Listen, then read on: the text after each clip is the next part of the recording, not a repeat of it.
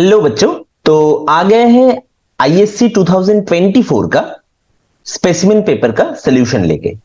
तो आज पहला वीडियो और यहां पर मैं जो 7 एमसीक्यू दिया गया है फटाफट उसका सॉल्यूशन तुम लोगों को दिखाऊंगा, और वही नहीं उसके साथ वो सॉल्यूशन को समझाऊंगा भी। और एक बात कह देता हूं, यहां पर एक क्वेश्चन में जहां पे 2 करेक्ट आंसर दिया गया है वो भी मैं बताऊंगा। ओके, और जो भी मेरा राय है इस एमसीक्यूज के बारे में वो मैं तुम लोगों के साथ शेयर करूंगा। तो चलो स्टार्ट करते हैं आज का वीडियो। ओके, तो बच्चों ये है अपना question paper. You can see physics paper 1 theory. Okay, and 70 marks का है। टाइम 3 आवर्स, ये सभी तुम लोगों को पता है। 15 मिनट पहले तुम लोगों को पढ़ने के लिए for reading purpose question paper दे दिया जाएगा। अब यहां पर यह भी बोल दिया गया है कि section A, section B, section C में कौन कौन सा क्वेश्चन है, कैसे, वो एक बार बता देता हूं तुम लोगों को। Section A consist of 1 question having sub parts of 1 marks each. Okay, तो मतलब हर क्वेश्चन 1 मार्क्स का होगा सेक्शन ए में। Okay, section B consist of 7 question of 2 marks each. Okay, तो ये 1 मार्क्स ईच, ये 2 मार्क्स ईच। सेक्शन बी में सारा क्वेश्चन 7 क्वेश्चन होगा, तो each of them will be 2 marks, मतलब 7 into 2 is equal to 14। Okay, section C consists of 9 question of 3 marks, मतलब 9 into 3 27। Okay, and section D consist, यहां पर बता देता हूं, सेक्शन सी में 9 question of 3 marks each, and section D consist 3 question of 5 marks each, मतलब 5 into 3 which is equal to 15। तो यहां पर टोटल, यहां पे, और यहां पर एक चीज बता देता हूं, सेक्शन ए में यहां पे 7 एमसीक्यू रहेंगे और 7 क्वेश्चन रहेगा, जहां पर जो 7 क्वेश्चन हम लोगों को वैसे आंसर करना पड़ेगा, which is written question means. तो 7 + 7 विच इज 14। ओके बच्चों, सो इन सबको अगर ऐड कर दिया जाए तो देखोगे तुम 70 होगा। Okay, 14 14 27 and 15। ओके, तो ये अपना टोटल पेपर है। तो चलो स्टार्ट करते हैं। आज हम करेंगे सेक्शन ए का एमसीक्यू। ओके, जो है 7 मार्क्स का। तो चलो स्टार्ट करते हैं। देखो बच्चों, ये है अपना पहला क्वेश्चन। ओके, तो पहला क्वेश्चन में क्या कहा गया है, 2 bulbs of power rating 100 watt and 40 watt. तो देखो यहां पर एक 100 वाट का बल्ब है, एक 40 वाट का बल्ब है। Design to operate on the same voltage are connected in parallel to a battery source as shown in the figure 1 below. तो यहां पर दिखा दिया गया है ये डायग्राम। यहां पर 2 बल्ब, एक 100 वाट का, एक 40 वाट का, पैरेलल में कनेक्टेड है। Current flowing across 1 2 and 3 are I1 I2 and I3। तो यहां पर अगर मैं लिख दूं तो दिस इज I1, ये है I2 और ये है I3। ओके बच्चों, हमें पूछा जा रहा है कि I1 I2 I3 का क्या रिलेशन होगा, मतलब कौन किससे बड़ा होगा, कौन किससे छोटा होगा। ओके बच्चों, तो चलो स्टार्ट करते हैं। हमें पता है P is equal to V into I. Okay, अगर ये 2 बल्ब पैरेलल में कनेक्टेड है तो V है कांस्टेंट। ओके, क्योंकि पैरेलल में कनेक्टेड होने से across the bulb potential difference constant होगा। तो अगर V कांस्टेंट हुआ तो P is proportional to I। तो जिसका पावर ज्यादा होगा उसका ही करंट भी ज्यादा होगा। एम आई क्लियर बच्चों? तो यहां से हमें समझ में आ रहा है कि क्योंकि 100 वाट ज्यादा पावर है तो I3 भी बड़ा होगा I2 से। ओके, और I1 ये तो सोर्स से जो टोटल अमाउंट ऑफ करंट निकल रहा है ये दिखाया गया है, इजंट इट? तो I1 तो सबसे बड़ा होगा, तो सबसे बड़ा I1, उससे थोड़ा छोटा I3 और सबसे छोटा विल बी I2। अब देखो जो ऑप्शन दे दिया गया है वहां पर ट्विस्ट क्या है। पहला option I1 greater than I2 greater than I3, जो कि रॉन्ग ऑप्शन है। ऑप्शन नंबर बी में देखो I1 greater than I2 and lesser than I3, मतलब I1 सबसे बड़ा है, उससे छोटा है I2 और I2 से I3 बड़ा है। ओके, तो ऐसे दिखाया गया है I1 greater than I2 and lesser than I3। तो ये हो गया अपना option B which is the correct option. Am I clear बच्चों? समझ में आया? आ जाते हैं अपने नेक्स्ट क्वेश्चन में। तो बच्चों अपना नेक्स्ट क्वेश्चन क्या है, a circular coil having n turns of radius r carries current I and produces magnetic field T। मतलब पहले बिफोर लिख देते हैं यहां पे। बिफोर नंबर ऑफ टर्न्स होगा n, radius is r, magnetic field is t। Okay बच्चों, if the coil is opened and rewound such that the radius of the newly formed coil is 2r and current I is passing, the magnetic field at the center O will be what? Okay बच्चों, तो देखो after क्या हुआ, बाद में क्या हो गया, जो रेडियस था वो हो गया 2r, करंट सेम ही रहा, पहले भी करंट I था, अभी भी करंट I ही है। अब हमें पूछा जा रहा है कि मैग्नेटिक फील्ड कितना होगा। मैं इसको बी प्राइम लिख देता हूं, पहले बी था टी, अब बी प्राइम जो हमें निकालना है। अब देखो यहां पर एक ही ट्विस्ट है, जब इसको रीवोन्ड किया जाएगा उस टाइम पे उसका रेडियस डबल हो गया है। अब देखो सबसे पहले जो टोटल लेंथ था वायर का, क्योंकि उसको एन नंबर ऑफ टर्न्स में टर्न किया गया है, इजंट इट, तो जो टोटल नंबर ऑफ टर्न्स था दैट वाज एन, तो total length of the wire कितना होगा, total length n into 2 pi R, isn't it. अब देखो अभी आफ्टर में रेडियस तो हो गया 2r, तो पेरीमीटर भी बढ़ जाएगा, तो अब अगर नंबर ऑफ टर्न्स को मैं n प्राइम लिख दूं तो टोटल लेंथ कितना होगा, n prime into 2 pi into 2r, मतलब n prime into 4 pi r, isn't it. समझ में आया बच्चों? तो अब अगर हम लोग देखो जो टोटल वायर का लेंथ होगा वो तो सेम रहेगा, उसमें तो कोई चेंज नहीं होगा, सिर्फ नंबर ऑफ टर्न्स और रेडियस में चेंज हुआ है। तो n प्राइम और n का रिलेशन क्या होगा, ये दोनों को मैं इक्वल कर देता हूं, इक्वेट कर देता हूं इन दोनों को। तो n into 2 pi R is equal to n prime into 4 pi R, तो 4 और 2, तो 2 2 जा 4, pi and R cancel out हो गया, तो n prime will be equal to n by 2। ये हो गया अपना relation between n prime and n। Am I clear? अब देखो बच्चों, हमें पता है एक सर्कुलर करंट कैरिंग कंडक्टर का सेंटर में जो मैग्नेटिक फील्ड होता है that is B is equal to mu naught n I divided by 2r, isn't it. अब देखो यहां पर I ये तो कांस्टेंट है, रेडियस ये चेंज हो रहा है, इजंट इट। तो हम लोग ऐसा बोल सकते हैं कि B is proportional to n by r, isn't it. क्यों? क्योंकि देखो म्यू नॉट कांस्टेंट है, I कांस्टेंट है, 2 कांस्टेंट है, तो ऑब्वियसली B डिपेंड कर रहा है n और r के ऊपर। तो अगर हम लोग ऐसा करें कि B prime by B will be equal to n prime by r prime divided by n by r। अब इसको सिर्फ कैलकुलेट कर लेते, अपना काम खत्म हो जाएगा।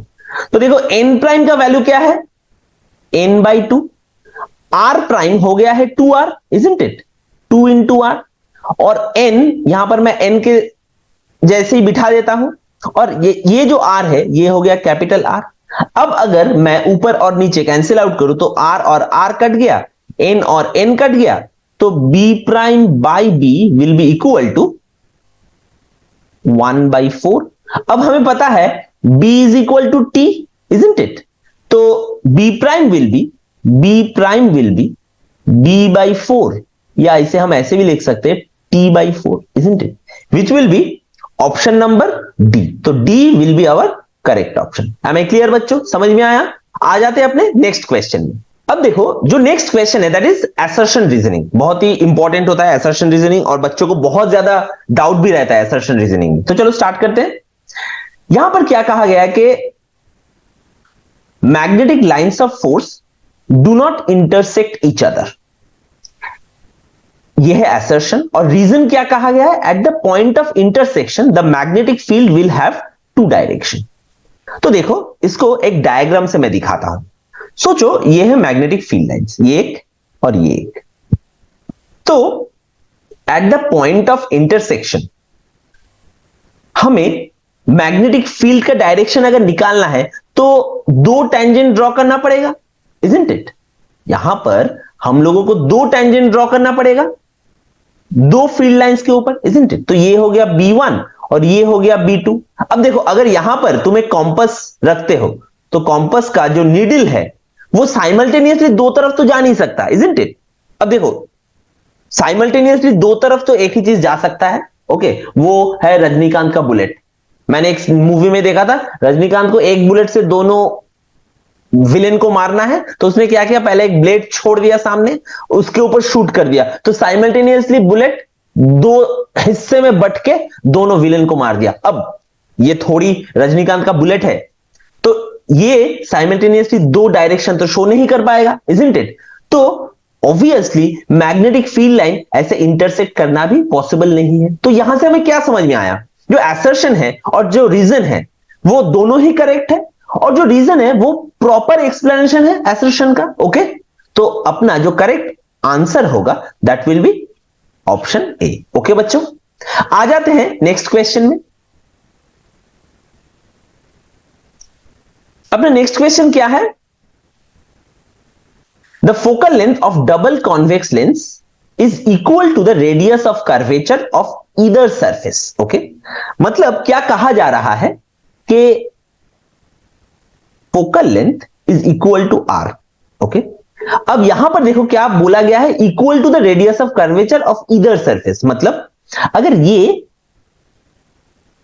एक लेंस है, इस लेंस का ये है सरफेस 1 और ये है सरफेस 2। अब देखो अगर ये सरफेस 1 है तो ये है सेंटर ऑफ कर्वेचर 1 और ये है सेंटर ऑफ कर्वेचर 2, तो ये हो गया रेडियस ऑफ कर्वेचर 1 और ये हो गया radius of curvature 2, okay no बच्चों, समझ में आया? तो अब दोनों ही सेम है, क्योंकि यहां पर बोला गया है focal length of double convex lens is equal to the radius of curvature of either side, तो दोनों का ही जो रेडियस ऑफ कर्वेचर है वो फोकल लेंथ के साथ इक्वल है, मतलब सेम रेडियस ऑफ कर्वेचर है। तो यहां पर हम लोग कह सकते हैं कि R1 is equal to R2 is equal to R, okay. पूछा जा रहा है refractive index of the material will be how much, मतलब mu is equal to question mark. यहां पर सिंपल लेंस मेकर्स फॉर्मूला से हम लोग ये न्यूमेरिकल कर सकते हैं। देखो मैं यहां पर लिख देता हूं 1/f is equal to mu minus 1 into 1/r1 minus 1/r2। अब एक चीज देखो बच्चों, यहां पे R1 ऑप्टिकल सेंटर के राइट साइड में है, तो R1 पॉजिटिव हो जाएगा, तो इसको मैं पॉजिटिव R लिखता हूं, और R2 ऑप्टिकल सेंटर के लेफ्ट साइड में है, तो ये हो जाएगा minus R according to sign convention. तो यहां पर मैं वही बिठा दूंगा, तो 1/f is equal to mu minus 1 into 1/r, minus of minus मतलब प्लस 1/r, ओके बच्चों। अब 1/f is equal to mu minus 1 into 2/r। अब देखो f का वैल्यू भी तो r ही है, तो यहां पर f के जगह पर मैं r बिठा देता हूं, तो यहां पर भी r बिठा दिया। अब ये दोनों ही r कट गया राइट एंड लेफ्ट साइड में, तो अब यहां पर हम लिख सकते हैं कि 1 is equal to mu minus 1 into 2, तो mu minus 1 is equal to half, तो यहां पर हम लोग लिख सकते हैं mu is equal to 1 plus half, तो mu will be equal to 3/2। This is our answer. Am I clear बच्चों? तो ये हो जाएगा option number A, 3/2। This is our correct option. Am I clear? आ जाते हैं अपने नेक्स्ट क्वेश्चन। क्वेश्चन नंबर 5 पूछा जा रहा है, विच one of the following statement is correct in case of Fraunhofer single slit diffraction experiment. अब देखो फ्रेनेल एंड फ्रॉनहोफर ये दोनों दो तरह का डिफ्रैक्शन होता है, लेकिन हम लोग क्लास 12 में जो डिफ्रैक्शन प्रॉपर्ली पढ़ते हैं दैट इज फ्रॉनहोफर डिफ्रैक्शन, जहां पे जो सोर्स होता है और जो स्लिट होता है उन दोनों के बीच प्रॉपर डिफरेंस होता है, जहां से जो सोर्स से जो लाइट आता है ना वो पैरेलल आता है, तो यहां पर लेंस यूज करने का जरूरत होता है। तुम लोगों ने डायग्राम में देखा ही होगा कि लेंस यूज किया जाता है, तो ये हो गया फ्रॉनहोफर डिफ्रैक्शन, ओके। अब कौन सा ऑप्शन करेक्ट है वो हमें निकालना पड़ेगा। पहला ऑप्शन क्या है, all bright fringes are of same intensity. अब देखो ये तो हो नहीं सकता, क्योंकि इंटरफेरेंस में सब मतलब यंग्स डबल स्लिट एक्सपेरिमेंट में जो इंटरफेरेंस होता है वहां पर सारा जो फ्रिंजेस होता है वो सेम इंटेंसिटी का होता है, लेकिन डिफ्रैक्शन में तो वो नहीं होता। डिफ्रैक्शन में सेंट्रल फ्रिंज सबसे ज्यादा ब्राइट होता है और बाकी सारा जितना तुम राइट और लेफ्ट में जाते रहोगे उतना इंटेंसिटी कम होता रहेगा, इजंट इट? तो देखो ये पहला वाला ऑप्शन तो गलत हो गया। नेक्स्ट ऑप्शन में आ जाते हैं, central bright fringe is brightest. Central bright fringe क्या होता है? ब्राइटेस्ट होता है। अब ये तो सही है, सेंट्रल मैक्सिमा बोला जाता है इसको, तो ऑप्शन बी भी करेक्ट। लेकिन देखो ये जो क्वेश्चन है यहां पर दो करेक्ट ऑप्शन है, तो ऑप्शन सी देख लेते हैं, central fringe is the dark fringe. तो ऑब्वियसली सेंट्रल फ्रिंज तो डार्क फ्रिंज नहीं होता, isn't it? Central fringe bright fringe होता है डिफ्रैक्शन में। और डी देखो, angular width of central fringe, angular width of central fringe increases with an increase in wavelength of incident monochromatic light. मतलब देखो सेंट्रल फ्रिंज का जो एंगुलर विड्थ होता है उसका फॉर्मूला क्या होता है? 2 लैम्डा बाई ए। तो लैम्डा क्या है? Wavelength of monochromatic light. तो अगर angular width is equal to 2 lambda by A हुआ तो लैम्डा जितना बढ़ेगा एंगुलर विड्थ भी उतना बढ़ेगा। तो ऑप्शन डी भी करेक्ट हुआ, इजंट इट? तो option D is also correct, option B is also correct. तो ये एक लौता क्वेश्चन है एमसीक्यूज में जहां पे B and D both are correct. Okay बच्चों, तो अब ये नहीं पता कि यहां पर दोनों ही ऑप्शन करेक्ट करना पड़ेगा या कोई भी एक ऑप्शन करेक्ट करना पड़ेगा, वो तो काउंसिल से पता चलेगा। ओके बच्चों, तो आगे आगे देखते हैं, कोई भी अपडेट आता है वो मैं बताता रहूंगा तुम लोगों को। तो आ जाते हैं अपने नेक्स्ट क्वेश्चन में। क्वेश्चन नंबर 6 में क्या बोला गया है? The de Broglie wavelength of a moving particle varies. अब सबसे पहले डी ब्रॉगली वेवलेंथ का जो फॉर्मूला होता है वो देख लेते हैं। देखो एक formula lambda is equal to H by P और दूसरा है lambda is equal to H C by E, isn't it? तो यहां से हम लोग दो बात कह सकते हैं कि lambda is inversely proportional to P, मतलब momentum, and lambda is inversely proportional to the energy of incident photon, isn't it?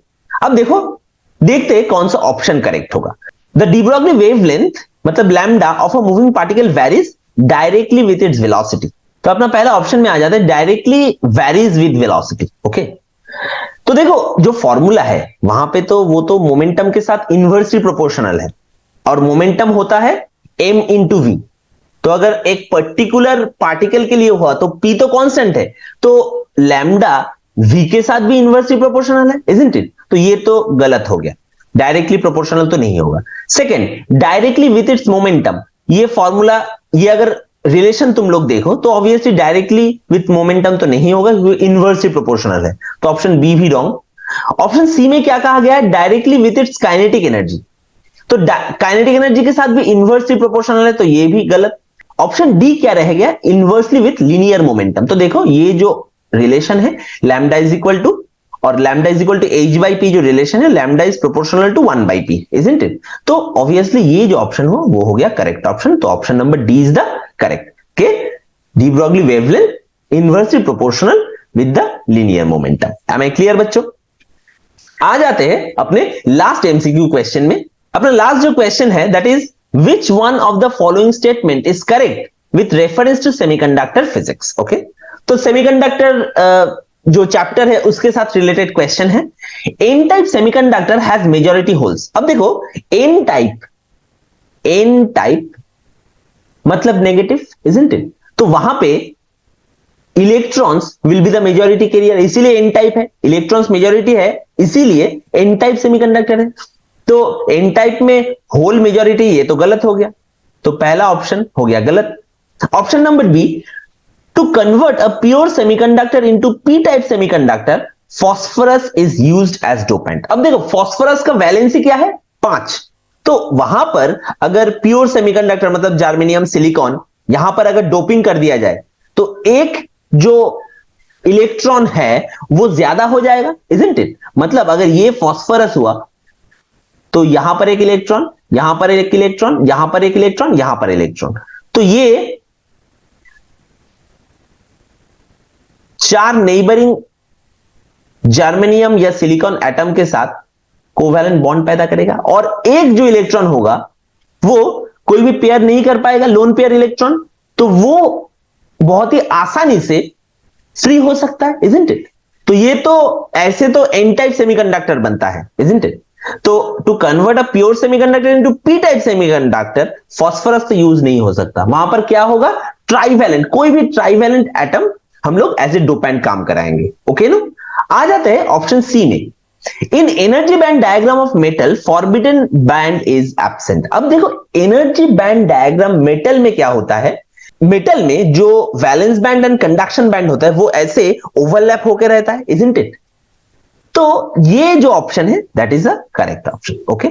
और ऑप्शन डी भी देख लेते हैं, resistance of semiconductor increases on increasing in temperature. Let me tell you बच्चों, ये conductor के लिए ट्रू है, लेकिन सेमीकंडक्टर के लिए जब भी टेम्परेचर राइज होता है तो मोर number of electrons and holes introduce होता है, और उस टाइम पे क्या हो जाता है, जो कंडक्टिविटी है वो बढ़ जाता है, इजंट इट। तो रेजिस्टेंस घट जाता है, तो रेजिस्टेंस इंक्रीज नहीं होता, which is true for metal but false for semiconductor, which is true for conductor but false for semiconductor. तो ऑप्शन डी भी हो गया गलत। ओके बच्चों, तो option C is correct option over here. अब इसका जो नेक्स्ट टॉपिक है सेक्शन ए और section B and so on, उसको भी मैं एक एक वीडियो करके तुम लोगों को अपलोड करता रहूंगा यूट्यूब में, और तुम लोग देखते रहना। एम आई क्लियर बच्चों? Thank you.